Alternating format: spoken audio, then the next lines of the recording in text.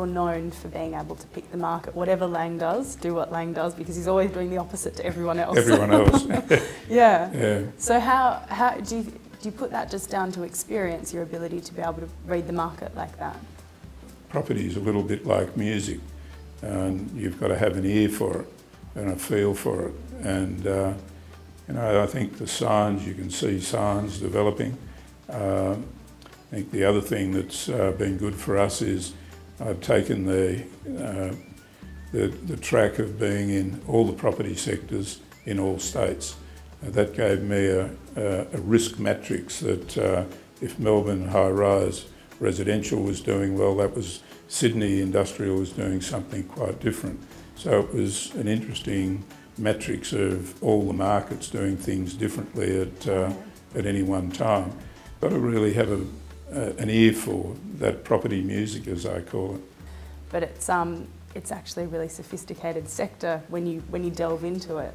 It is, and you know, you see a lot of people just storm into this industry, and they don't realise the time it takes to get approvals, the time, you know, the environmental issues that face us. And I think they're good because, you know, even to sell your product these days, you've got to be sustainable, whether it's in commercial, residential or whatever market sector. What do you think of the market right now? There's a lot of discussion. Some people think it's going to continue to be very strong.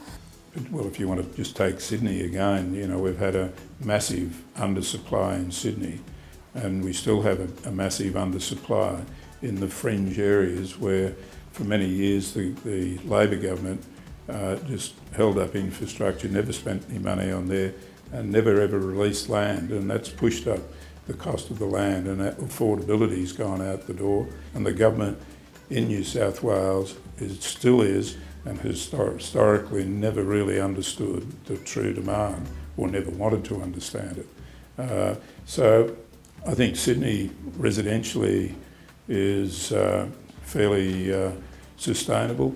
You look at Melbourne and you look at the approvals that are going on there. You know, I think Melbourne's done very, very well to get through some of the settlements over the last couple of years. And those settlements where, you know, I thought for a while, you know, that there might have been a lot of, you know, no-shows on settlement day. But it's one thing, there are a lot of Asian buyers in that Melbourne market.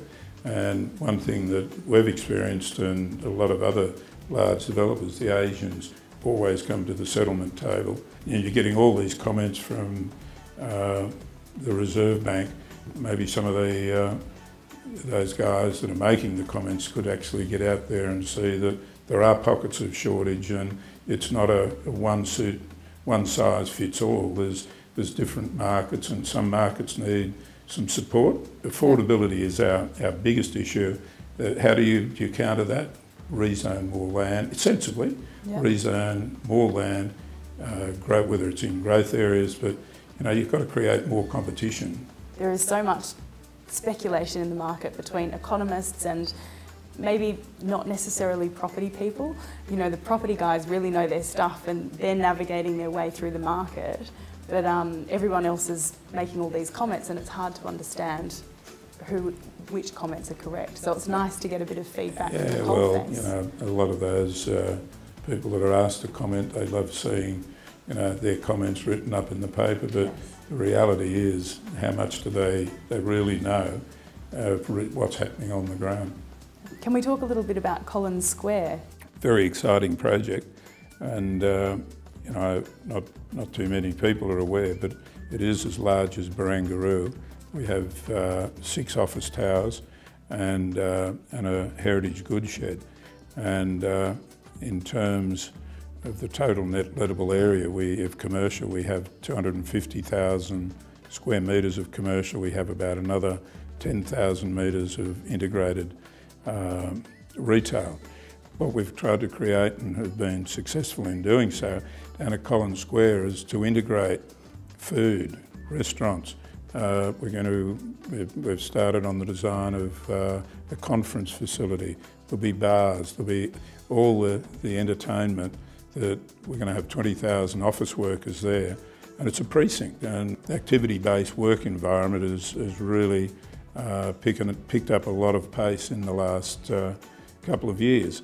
And if you're a big user of space, you're trying to look for that efficiency. Do you get death wobbles ever during the process? Do you ever look at it and go, oh wow, this is huge, we're actually this big now? I don't know about the company being this big. I never sort of think about that. But at times when you see all these 600 or 700 workers and concrete being poured, you look and you think, Jesus, this has got to work. But I think if it's carefully planned, presented, all the design criteria. We had Woods Baggett do a lot of the last precinct of putting together how we link all of these towers together so that we do create the ultimate precinct, and they've done a fantastic job. So to be fair to say, you need fortitude to do a project. And patience. And patience, right. And Cinnabon Cove in Malaysia, now this is another massive project that you're working on. If you had have seen the site when I bought it, you would have thought, he's lost it this time. Definitely he's lost it. But it was an old prawn farm, and so we purchased that, and we spent $100 million reclaiming this whole area. It's about 200 acres in the Straits of Johor. The two countries are getting very much closer together with the transportation system, and this MRT being a fast rail right into Singapore. The whole region is going to be really a bedroom suburb for Singapore. Right. People can't afford Singapore. There's 100,000 people a day commute from Johor Bahru to Singapore for work. Right. And that's why the MRT is so important. And I think a lot of the dirtier trades that are in Singapore, manufacturing, the Singapore government are trying to get rid of those and over to Malaysia. So I think, in the next probably 20, 25 years, you're going to see a massive transformation of industry coming out of Singapore and the growth being in Malaysia. Right. And it's a very economical environment to work. Things are generally, it's cheap. Visionary again. Bit of luck. Adelaide Festival Plaza, you've just committed $600 million to? It's for 490 something. Right. Plus, okay. plus the Plaza. Right. Of creating a new plaza. Very exciting project.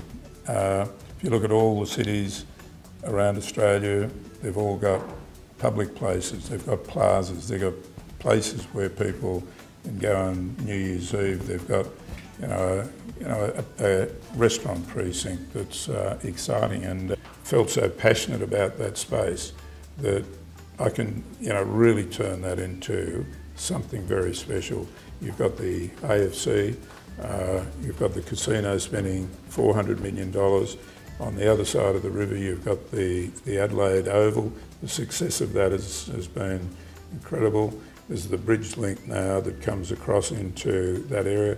We've got some heritage, the old Parliament House and the current Parliament House. So the casino's heritage, you've got all the elements that I love, and everything will just spill out onto a public plaza.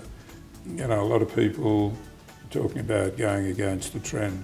A lot of people say, why do you like Adelaide? And I like Adelaide because nobody else does. Right, okay. And we've got a 12,000 lot subdivision there. The market's it's a bit soft at the moment, but that's going to be the biggest residential subdivision for the next 12, 15 years. And we'll do it a little bit like the the Mawson Lakes with the landscaping, the driveways, and really do something special. But the Riverbank precinct, you could just it's like the music that I told you about before, the property music. It's well, it is right next to the AFC, but it will work very well. Thank you very much. Okay, thank you.